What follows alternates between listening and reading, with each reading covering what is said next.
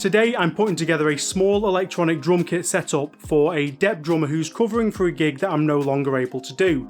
Now, this drummer normally plays acoustic drums, but my old band are used to my electronic setup, so I said I'd lend them some gear to make it work. So I need to try and keep it compact because they don't have a ton of space at the venue or in their transport, but I also want to try and keep the head sizes comfortable for an acoustic drummer. It also needs to be made up of gear that I don't need to use this weekend, and also they're going to be triggering backing tracks. So I need a comfortable way for the drummer to be able to fire off the tracks and also monitor himself, the tracks, the click, and send everything out to front of house. I think I've got everything, but let's have a look. So this is the first ever DIY kick drum pad that I made years ago, in fact, and I made it out of this 12-inch PV tom. This is off the first kit that I ever owned. I just put a white wrap on it to match the other drums. Not going to lie, the wrap's seen better days, as you can see, but overall this drum will fit the bill because it's very compact. So to convert it into a kick drum, all I did was, there's a mesh head on here with a kick drum patch. There's a foam pad behind there to try and soften the beta impact.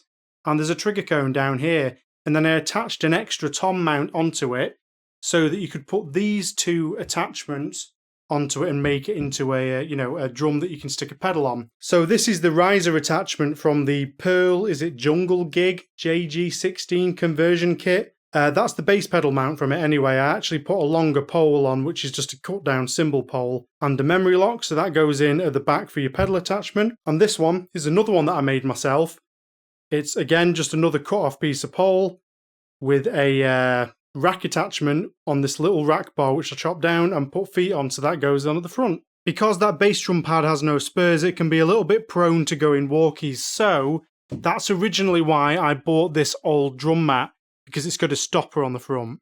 As you can probably imagine, I don't really want to lend out my digital pads, and I also kinda need them for some work this weekend anyway. So I've gone with a 14-inch Alesis Strike snare/tom pad, a 12-inch tom with a Jabeki center trigger in it, and my 13-inch snare pad with a drone halo trigger in it. The last time I used that Alesis pad, it was being a bit weird, so I'll need to check it out, but I think it'll do the job for some simple pop and rock floor tom work. As for the cymbals, I've gone with an 18-inch lemon cymbal for the ride, a 15-inch lemon cymbal for the crash, and a Yamaha PCY 135 as the hi-hat pad, which I'll pair with a Roland foot controller.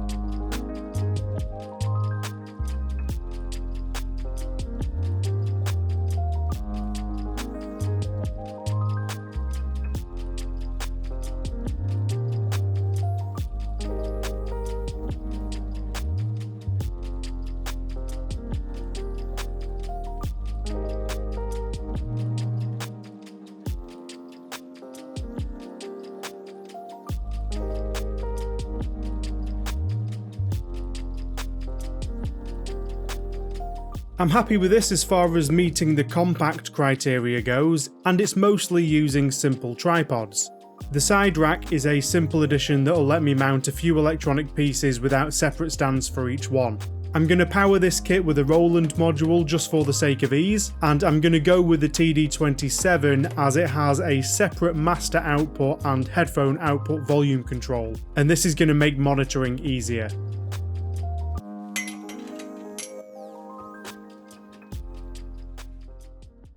So this is just my preliminary kit setup. I'm going to have to flip it all around because the dep's actually left-handed, but just so that I can make sure everything's dialed in, I'll test everything out now on the TD27 and then we'll sort out the backing tracks.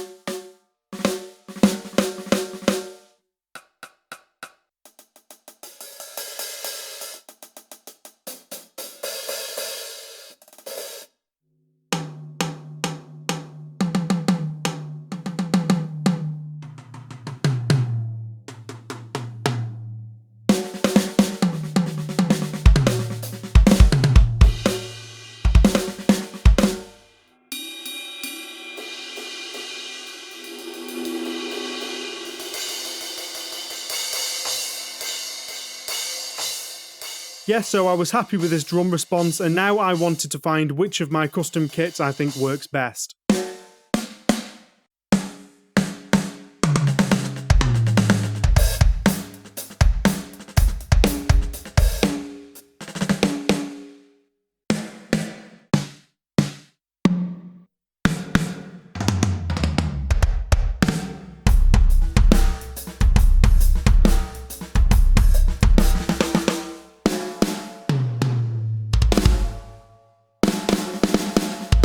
So I settled on the Yamaha Recording Custom C kit from my EDW Originals Premium kits, the modern processed version, but I needed to make a few changes. Most notably, there was too much ambience for live work, so I turned off the room settings entirely, and I reduced the overheads by around 11 decibels.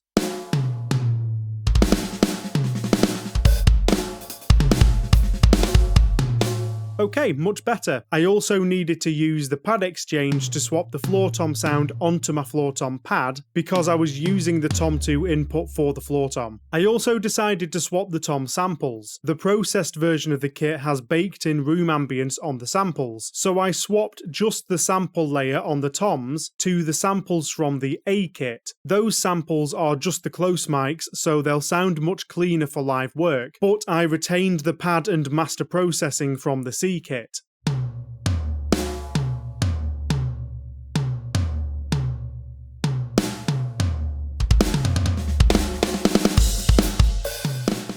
I also decided to edit the ride cymbal too. I wanted something a bit more aggressive to cut through the mix live, so I tweaked the tunings and increased the transient on the bell and the bow, and I also decided to layer a crash sample on the edge zone to give it a bit more bite.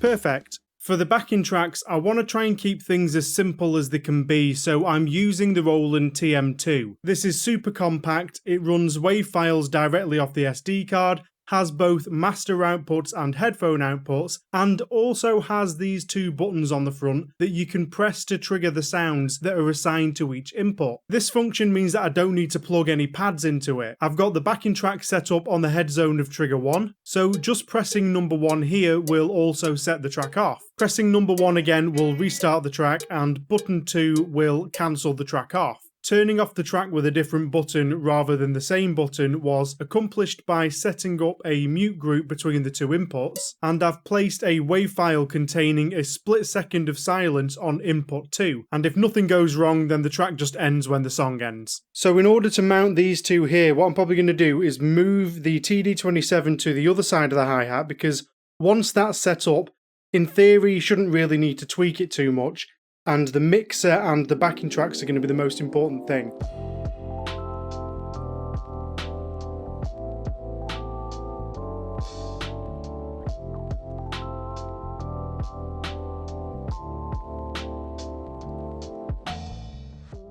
The backing tracks are set up in a dual mono configuration. You've got the backing track on the left channel and you've got the click on the right channel. So only the left channel is going to go out to the front of house, but the problem with this is that the left master output is a left/mono output, which means that if you only plug a cable into the left jack, it will actually sum the left and right channels to mono and send the click out with the track on a single channel. So to avoid that, I've plugged in a dummy jack adapter so that the signal won't get summed. And then for monitoring, I'm going to split the headphone output into this mixer. And then for the TD27, we're going to send the master left and right out to the PA, and I think I'm probably just going to split the headphones on that too and put two inputs on the mixer, and then he's got his own control for that as well. So this splitter cable from the TM2 was already labelled from another time that I lent out my gear. So this one's going to go to channel 3, that's going to be the track.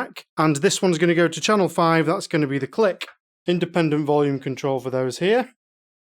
And then this splitter is the left and right from the headphone output of the TD27, and I'm going to put that in channel 1 and 2. Then all he needs to make sure is that these are equal in volume. And then I almost forgot the headphone's going to go into the phone socket, and then he can control his headphone volume from here.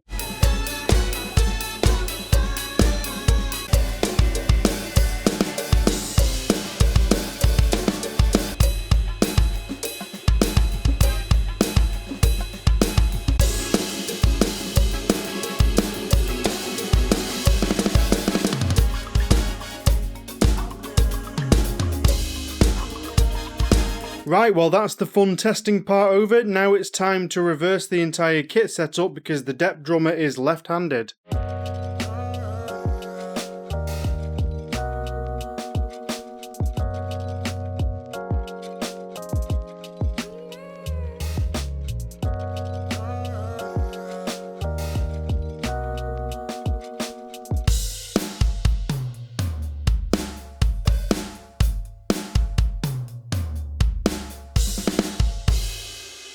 Right, I'm pretty sure I'm happy with that, so I'm going to pack it all up and I'll show you what I'll be packing it down into and how small it can actually get.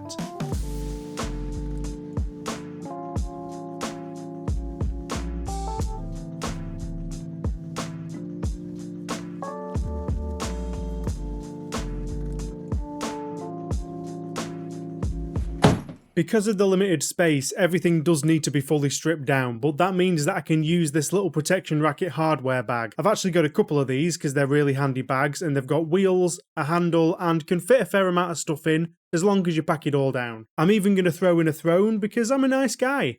The straps inside help keep everything secure, zip it all up, velcro the handles, and away it goes. I'm leaving out these rack parts because they're a bit too bulky.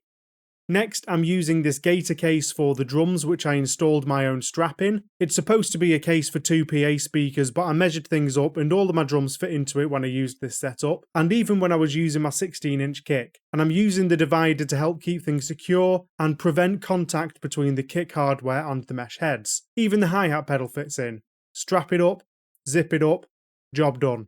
The TD27 module, the TM2 and the little Yamaha mixer are all going to go into this little flight case. It's another of those trusty boxes that I've used for all different kinds of things over the years. It's a bit battered, but it's still doing the job. It does fit everything in, including the cables and the power adapters, as long as everything's packed in reasonably carefully. I'm basically just trying to find the right configuration so that things don't make too much contact and I don't damage anything. For the cymbals, I'm putting them in this old A-Media cymbal bag. They don't really need any more protection than this because I trust my old bandmates. I also forgot to label the cables, so I did this here, and I also labelled up the cymbals so there was no confusion about any of the jack outputs. And that's it all packed down and ready to go into the back of a medium-sized car. The carpet just folds up and can squeeze into whatever nook or cranny is available. I've since heard back from the band and the gig apparently went very well. The dep was stroked? Jesus. Don't stroke the dep. The dep was stoked about how the kit sounded, especially the snare, and according to the band it sounded very similar to when I used to gig with my TD50 using kits that I made with Superior Drummer 2 samples. So that's a win all round. If you liked how any of the kit presets sounded, go check out my store at the eDrumworkshop.com. I've got presets for the TD27, TD17, TD50 and 50X, and the Pearl Mimic Pro, along with samples that will work with other modules too. And let me know what you think about the kit build down in the comments. I'll see you in the next video. Cheers!